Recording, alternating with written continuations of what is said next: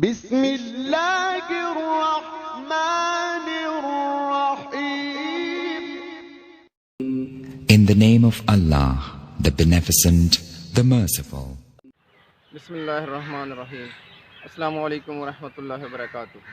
ناظرین کرام، آج ایک بار پھر آپ کی خدمت میں ایک نہایت ہی اہم ویڈیو لے کر حاضر ہوا ہوں. آج کی ویڈیو میں ایک ایسی دعا جو کہ جامع اور مختصر ہونے کے ساتھ نہایت ہی آسان بھی ہے، جس پر عمل کرنے سے نہ کہ ہمارے دنیا بلکہ آخرت کا فائدہ بھی ہے. بہت سارے مسئلوں کا اس میں حل ہے، بہت ساری پریشانیوں کا اس میں حل ہے.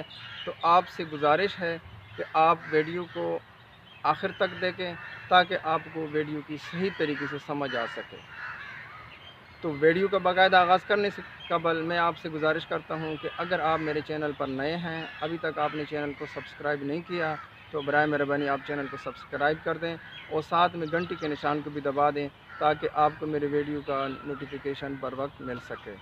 اور اگر آپ کو ویڈیو یہ اچھی لگے تو اپنے دوستوں اور فیملی ممبر کے ساتھ شیئر کریں اور ویڈیو کو آخر تک دیکھیں اور کومنٹ سیکشن میں اپنی رائے کا اظہار بھی کریں. تو ویڈیو کا آغاز کرتے ہیں. ناظرین کرام، یہ تو ہم سب کو معلوم ہے، ہم بخوبی جانتے ہیں کہ اسلام کا دشمن ازل سے ہی مسلمانوں کے خلاف، اسلام کے خلاف طرح طرح کی سازشیں کرتا چلا آ رہا ہے. ہر دور میں وہ اس کام میں مصروف رہتا ہے. کبھی خفیہ تدبیریں چلاتا ہے تو کبھی کھل کے سامنے آتا ہے. تو اس کے پیش نظر آج میں اس پہ تھوڑی سی وضاحت کروں گا، کچھ چیزیں آپ کے سامنے رکھوں گا تاکہ اس کی ہمیں سمجھ آ سکے اور اس کے خلاف جو بھی وہ سازش کر رہا ہے اس کے خلاف ہم اپنے لاہمہ عمل اختیار کر سکیں. ناظرین کرام، بہت عرصہ پہلے کی بات ہے کہ اسلام کے دشمنوں نے اسلامی معاشرے میں یعنی مسلمانوں کے پاس اپنا ایک بندہ بھیجا. تو اس نے خفیہ طریقے سے اپنی دعوت چلانی شروع کر دی، یعنی لوگوں کو اسلام سے ہٹانے کی کوشش کرتا رہا. تقریباً 15 سال سخت محنت کرنے کے بعد وہ اپنے ملک واپس چلا گیا. تو وہاں پہ اس نے اپنی رپورٹ جمع کرائی. تو وہاں پہ اس نے کہا کہ جی میں کوشش تو بہت میں نے کی لیکن میں اپنی کوشش میں ناکام رہا.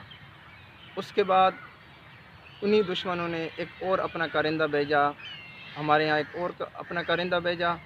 اس نے تقریباً 35 سال سخت محنت کرنے کے بعد واپسی اختیار کی اور وہاں پہ اختتامی رپورٹ اپنی جمع کرائی. اور اس رپورٹ میں وہ الفاظ جو آج ہماری بدقسمتی سے مسلمانوں کے گلے کا پھندہ بن چکی ہے، جس میں ہم پھنس چکے ہیں اور جس کی ہمیں سمجھ نہیں آ رہی، وہ یہ تھی کہ میں مسلمانوں کو باقاعدہ یعنی کھل کے کافر تو نہیں بنا سکا لیکن میں ان کو نظریاتی کافر بنانے میں کامیاب رہا. یہ وہ الفاظ ہیں جس کی سمجھ ہر بندے کو نہیں آئی. صاحب نظر لوگ اس چیز کو سمجھتے ہیں ہر دور میں اور وہ بتاتے رہتے ہیں. کچھ لوگ اس پر عمل کر لیتے ہیں اور کچھ لوگ اس کو درگزر کر دیتے ہیں.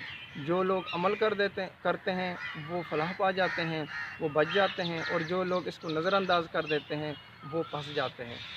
بدقسمتی سے آج کے دور میں جو پچھلے 3-4 مہینوں سے ہو رہا ہے، سب کو علم ہے، پوری دنیا اس کی گردش میں آ چکی ہے، پوری دنیا اس کی لپیٹ میں آ چکی ہے. جو افواہی امراض، وبائی بھی کہہ سکتے ہیں لیکن زیادہ تر افواہی امراض ہیں جس میں ہمیں پھنسایا جا رہا ہے. اس کے علاوہ اور بھی کافی چیزیں ہیں، آنے والے دور میں اور بھی کافی مسئلے اس قسم کے وہ کریٹ کر سکتے ہیں جس کی ہمیں بر وقت سمجھ تو نہیں آ سکتی. تو کیا ہے کہ ہم بجائے اس چیز کو سمجھ کے اس کو ریسرچ کرتے ہم ان کی پیچھے چلنے لگتے ہیں، بجائے اس کے کہ ہم مسبب الاسباب کے بتائے ہوئے فرامین احکامات، نبی پاک صلی اللہ علیہ وسلم کے بتائے ہوئے فرامین احکامات پر عمل کریں، قرآن و سنت پر عمل کریں. ہم کفار کے پیچھے چلنے لگتے ہیں. آج جو معاشرے میں ہو رہا ہے، طرح طرح کے مسائل ہیں، طرح طرح کی پریشانی ہے.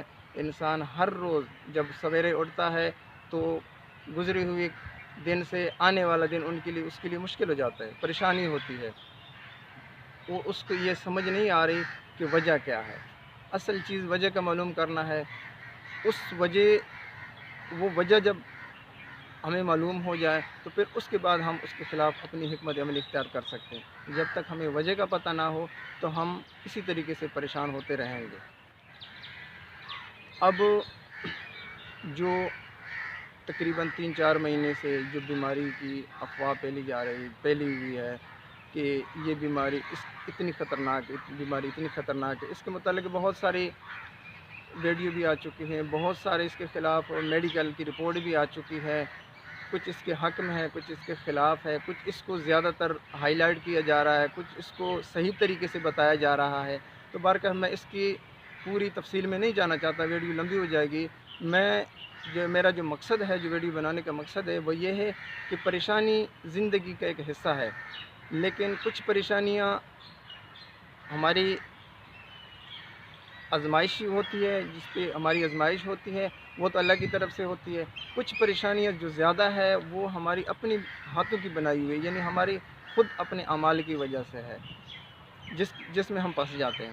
تو آج میں ان سب پریشانیوں کا جو عارضی ہیں یا جو آسمانی ہے، جو ہمارے اوپر آزمائش آ رہی ہیں، ان سب کا میں آپ کے سامنے ایک ایسی جامع دعا جو بات بہت آسان ہے اس کا میں ذکر کروں گا، تاکہ اس کو جب ہم اپنے عمل میں لائیں گے تو اللہ پاک سے ہمیں کبھی امید ہے کہ اللہ پاک ہمیں اپنی مدد، اپنی رحمت میں ڈانپ کر ہماری مدد فرمائیں گے، اور اللہ ہمیں اس قسم کے غیروں سے بچائیں گے.